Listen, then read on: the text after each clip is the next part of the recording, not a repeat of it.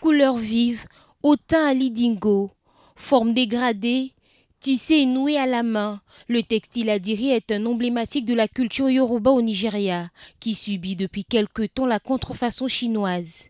À Lagos, le grand marché de Balongoun est généralement pris d'assaut par de nombreuses femmes qui prennent le temps de choisir le tissu d'adiré qu'elles souhaitent s'offrir ou offrir à quelqu'un de l'entourage. Ce textile populaire met en valeur la culture nigériane. Face à la concurrence chinoise, les clients glissent désormais leurs doigts sur différents tissus pour distinguer les étoffes traditionnelles en coton des contrefaçons fabriquées en Chine. Le tissu adiré suscite la convoitise d'un grand nombre de personnes sur le territoire comme à l'extérieur. Cependant, la Chine est devenue le principal concurrent de ce magnifique tissu coloré à cause de ses nombreuses contrefaçons vendues sur le marché nigérian.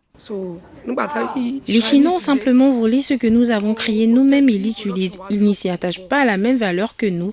Ils ne se soucient pas des efforts de création, sans parler des défis que nous rencontrons lorsque nous créons des motifs d'adir. Ils sont venus nous voler nos créations et les ont imitées. Cela nous rend tristes.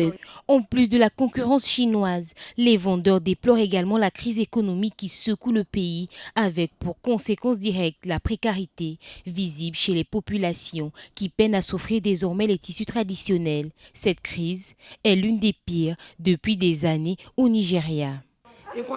L'arrivée du tissu d'adir fabriqué en Chine a eu un impact important sur nous.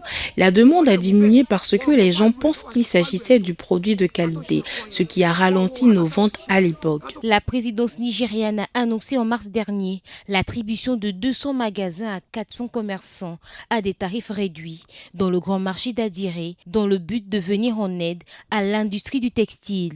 Il faut également retenir que l'ancien chef d'État, Olusegun Obasanjo, avait demandé aux autorités nigérianes de mettre fin à l'importation des contrefaçons d'adiré chinoises au Nigeria. Mais rien n'a été fait.